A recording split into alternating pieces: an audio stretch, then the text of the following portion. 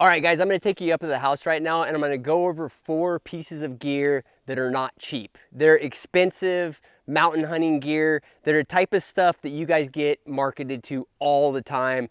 Believe me, I get it, guys. Like, it's constant, right? New stuff, new iterations of gear. You're constantly bombarded with it. Go check out my video right here. It gives you my whole opinion on, my thoughts on the hunting gear industry, how things work for better or worse. Go check that out. You can get my full opinion. But I'm just giving you the preface here that these 4 items, they're things that I've tried over the last 5-6 weeks of guiding at a minimum. And a lot of them I actually used through a bunch of fall guiding last year also. So believe me, they're things that I've actually used, and I considered the price on them too, and I'm gonna go over that. They're things that are not cheap, but I wanted to come away with telling you guys these are items that I would be willing to pay retail price for them. Some of them I did, some of them I didn't. That's just the God honest truth.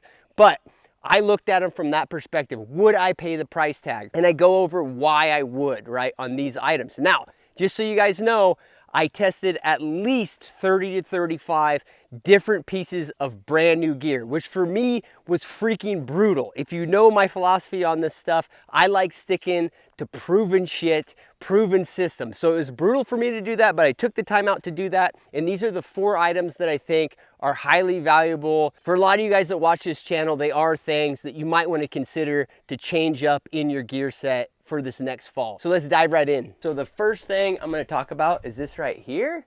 This is the Dark Energy Nano. So this is exactly what I'm talking about. This is a highly marketed backcountry item that has a retail price that's, I don't know, maybe 3-4 times what you might find like the equivalent kind of just like run-of-the-mill commodity charger is, right?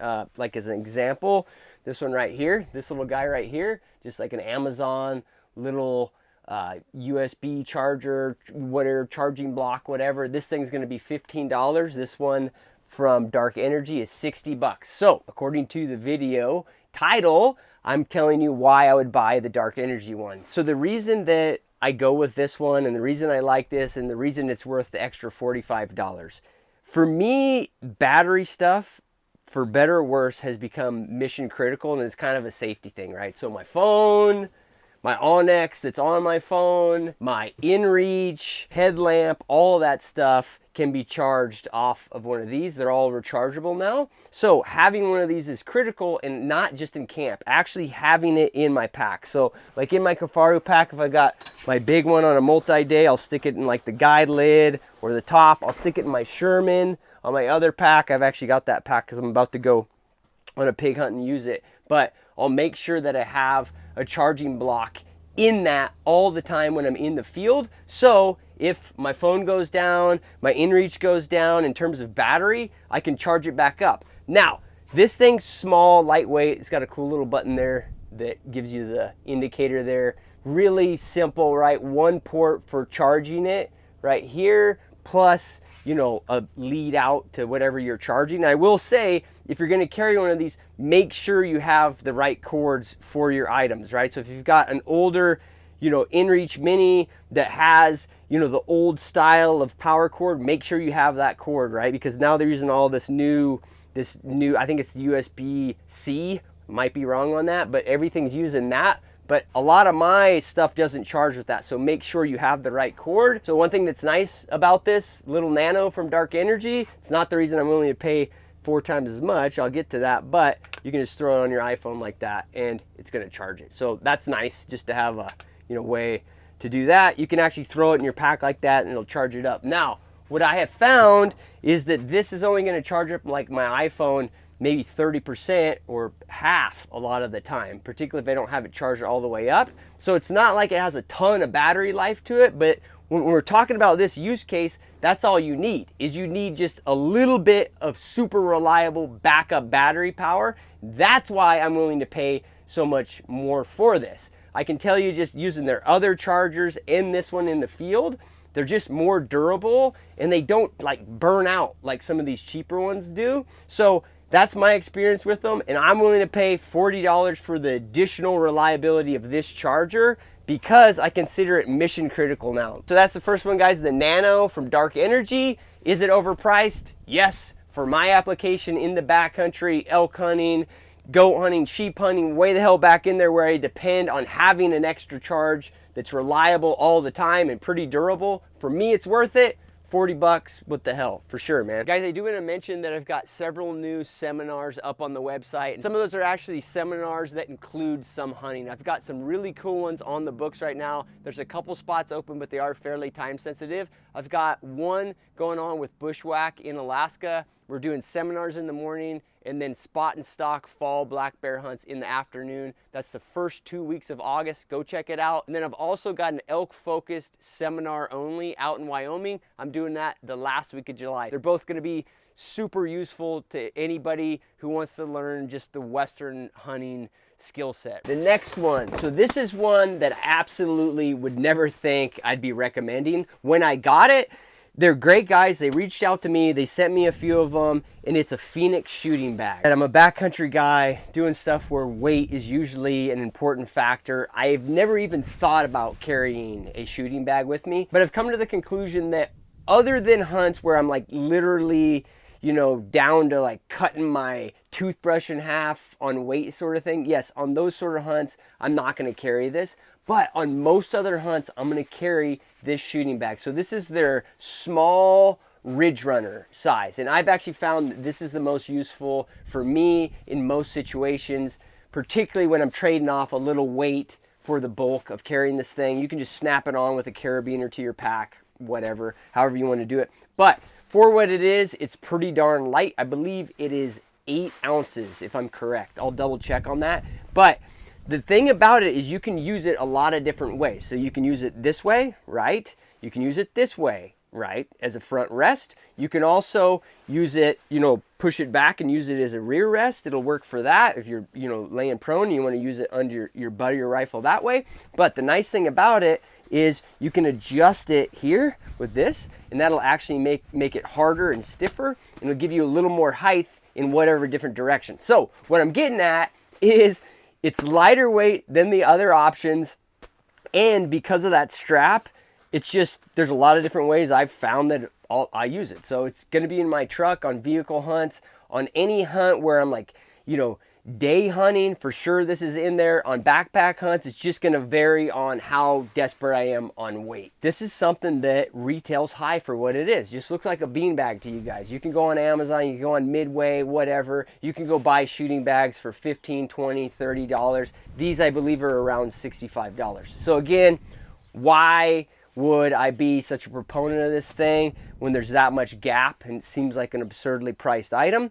It's because it's specifically engineered for what I'm doing. Like, I can get multiple uses out of the thing. I just described how I can use it in several different ways, and that's key, particularly if I'm being weight sensitive. So my conclusion on this Phoenix shooting bag for a mission critical thing like shooting, if it's going to allow me or a client to shoot an additional 75, 125 yards and feel comfortable with that shot, then yeah, an extra $40 is pretty much a no-brainer. So Phoenix shooting bag, go check it out. Third one. So this is actually an axe that Jordan Jonas gave me, and this is his moose axe, I believe is what the model of it he calls, and that's because he killed a moose on Alone season 6, I believe. And anyway, so he's got the moose one, and then he's got a Wolverine one, and I'll get to that, but I actually have both. This is another thing that people are gonna say, holy shit, those are expensive, but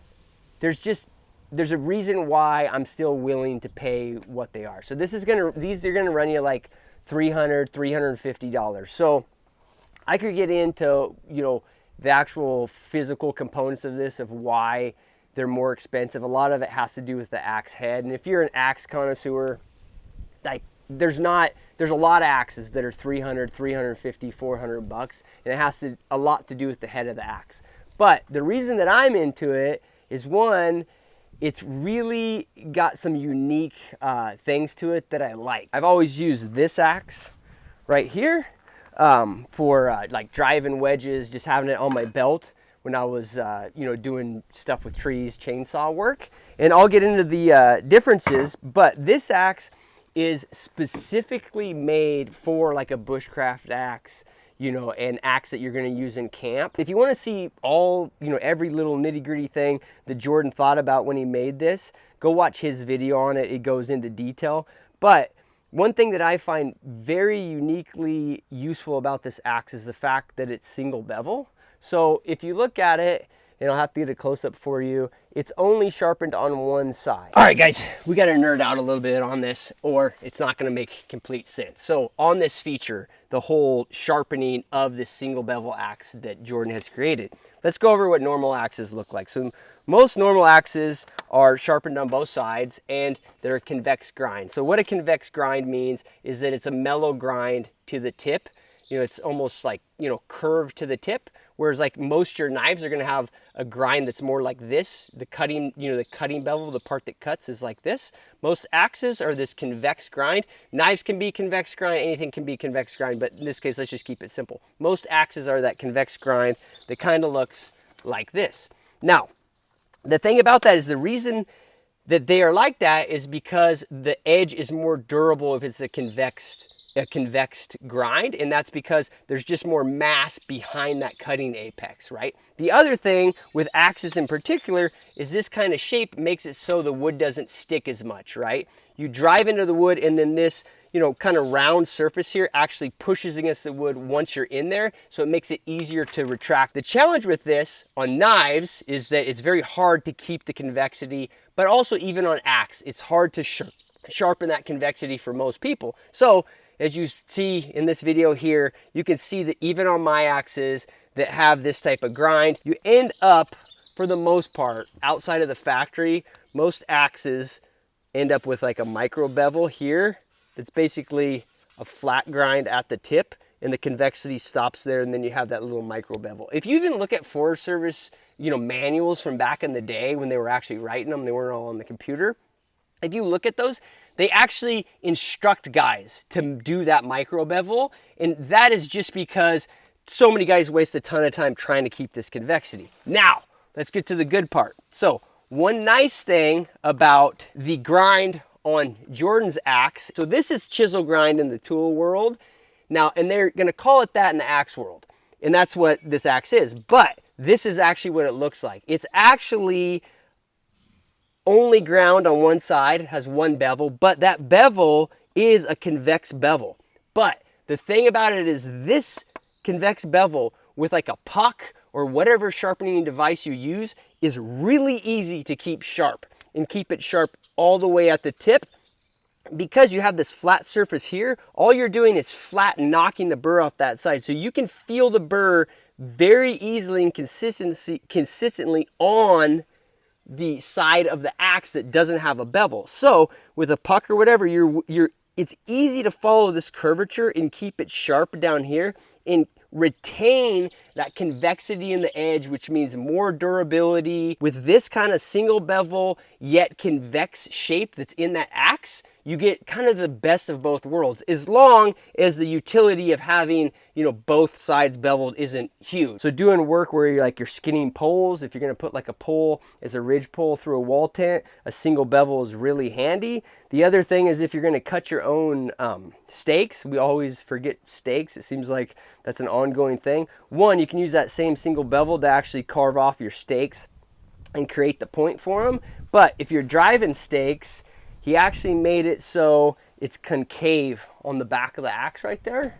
So if you compare that to this axe, and most commercial axes, they're going to tell you you shouldn't be beating anything, including wedges, you know, or tent stakes or anything with them. And that's just kind of a disclaimer, but everybody does. So in this case, you can see this axe is flat on the back.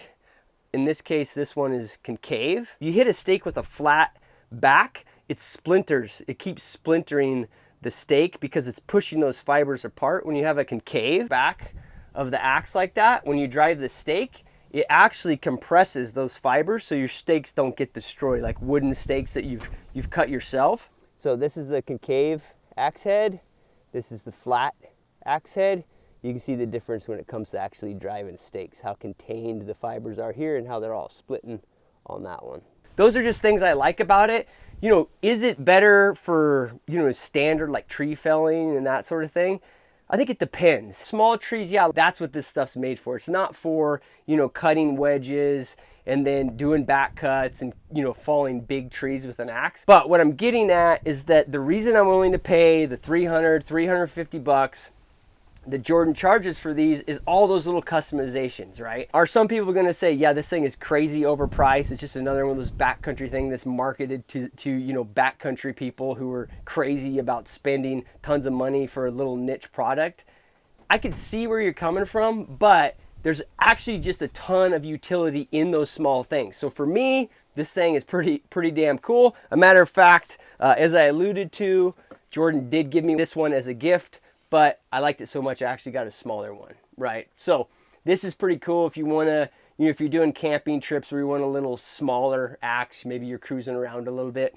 For me personally, I'm not going to carry these on like some intense backpack hunt or something like that. This is more for stuff that, you know, horseback stuff, you know, 2 or 3 day backpack hunts, those sort of things. They're pretty heavy, you know, in that application, but as an axe to have in camp, these things are awesome. All right, guys, before I jump into the next item, I want to tell you that Jordan's axe actually motivated me to do my own knife that considered some specific utility things that I wanted in a knife. So this goes back to how I introduced this video. It's not about just, you know, difference in equipment, right? To me, unfortunately, a lot of the things coming down the pipeline in the hunting world, the backcountry hunting world, they're changes made purely for marketing. And I've actually seen a lot of situations where a perfectly good item, a time-tested item by people in a specific niche, it could be a bunch of different things, but you take that item and for marketing purposes, it's actually been changed, and it's actually been changed for the worse. There's a lot of those items out there. So I give Jordan a huge amount of credit for his axe. It's not about that. He thought through every aspect of that axe, and I know he had to push to have certain things in there because not all manufacturers could do specific things that he wanted in that axe. So that motivated me on this knife. So this is a knife that I'm having made. Check it out. Okay, so you guys are probably looking at that and you're thinking that's a fairly unique knife. It is, but it's not unique in the sense that it's a brand new shape. This is very similar to Victorinox's lamb skinner. So a lamb skinner was given to me by James Nash now a couple seasons back, and I've loved that knife. And what I found for my use case, particularly the use case where I'm skinning animals and I want to clean skin them. And when I say clean skinning, I mean a specific outcome.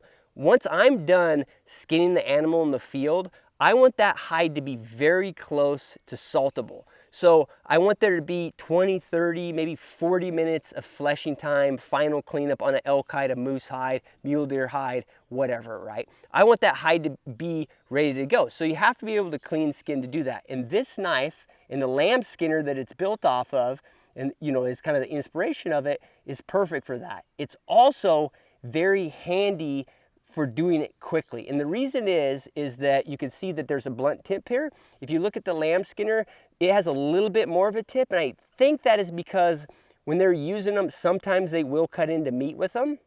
But in this case, I wanted that exact same long belly for skinning. This knife is a little bit deeper and it's slightly longer, but the primary difference between this and that lamb skinner is this has a blunter tip. And the reason is I wanted to be able to do a full stroke, full skinning stroke against the trampoline effect. And I talk about that in a bunch of my videos. Yeah, I think I talk about in the salting video. I'll stick a link up here for you.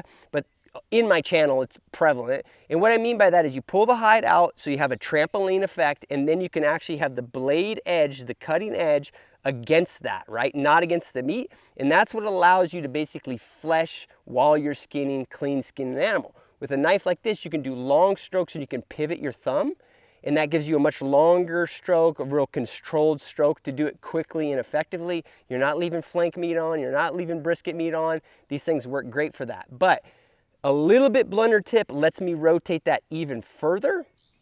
And to me, it's a little bit better than that highly used lamb skinner that Victorinox makes. The other functional difference outside of those little shape differences in the utility is that this has a little bit higher grade steel in it. It's a higher end knife in general. The lamb skinner is a $20, $30 knife. If you want to just try something and see if the utility is for you, go buy that knife first before you buy this knife from me, because this is a much more expensive knife. It's, you know, it's higher end, right? It's got a cocoa bolo wooden handle. It's just a wood that I like. A tropical hardwood, I think that's pretty cool. Makes it a little bit fancier. It's the exact same or very, very, very close to the thickness of the Victorinox lamb skinner. And even though this is a little bit harder steel, a little bit higher quality steel, that thinness allows it to be sharpened fairly easily. It's not going to be quite as easy as the Victorinox knife, because the Victorinox knife is really soft steel. It's inexpensive steel. This is slightly harder, obviously, but it's also going to hold an edge for much, much longer, right? So those are the primary differences. If you're interested in this knife, just hit me up. There's no store on my website or anything that. You got to send me a DM, you got to send me an email, and I'll get you one. I'm only gonna make 12 to 15 of them. They should be out here in the next 45 days. So go check it out, guys. There it is. All right, so the last one that I want to mention, I've mentioned this in a couple other videos. I'll stick up my hydration video right here. You can go check it out. But this is the Grail. To me, it's the iPhone of water filters. And the reason I say that is, like, when iPhones came out, everybody was thinking, why the hell would you pay that much money for it? Even today, people are still saying that, right? Why would you pay that much money for it? Because on this metric, that metric, whatever, the other phones are better. So it's just the system, right? And the thing is you do pay for it. This thing is $100, but it's just easy. So that's why I'm paying $100 for it. Yes, I agree. Totally sounds crazy, but it's just, and the ease of use, they nailed it on it. There's actually some other ones that have tried to compete with it, and they may have came before it, but I've actually tried this one, the Life Straw one, and it's just not as easy to use from my perspective. It's a little, what I like, kind of jankier too, but it's like half the price. I think these are only $35, $40.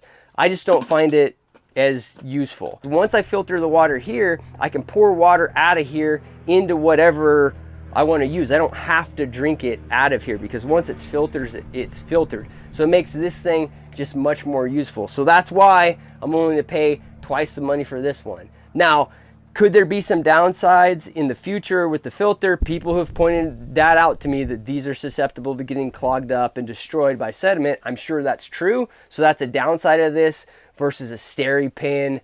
But really, all the other filters, that's a downside of them too, right? So just something to consider. Overall, it's all about the system on that. And that's one of the reasons that if I am going to, you know, blow it out on some sort of backcountry gear that's overpriced, a lot of times it is because it's a system. That right there, this bedroll right here, I won't get into it because I'll do a video down the road. It's the same deal. It's overpriced by any metric, but when you start to use the system, it just works. I'm a sucker for that. I hope you guys enjoyed that. I basically told you where I get screwed on stuff, but I still find value, right? There are these items that are just crazy expensive, but even me, I get to use a lot of them for free. People send me a pile of shit all the time, but there's still ones that I'm willing to pay a lot of money for because of those features. Either it's a customized thing that I'm a sucker for, it's the system, or it's durability, where I think something is mission critical. All of those factors play in, and in those situations, I'm willing to pay a little more money for things. On the waterfront, I'll send you off with this video right here that goes over what I do for hydration in camp. It covers the Grail, but it also covers a bunch of other filtration systems I use and just how I set that up when I get into camp. If you guys got value out of this video, do me a huge favor, like it and subscribe to the channel. I'll catch you guys later.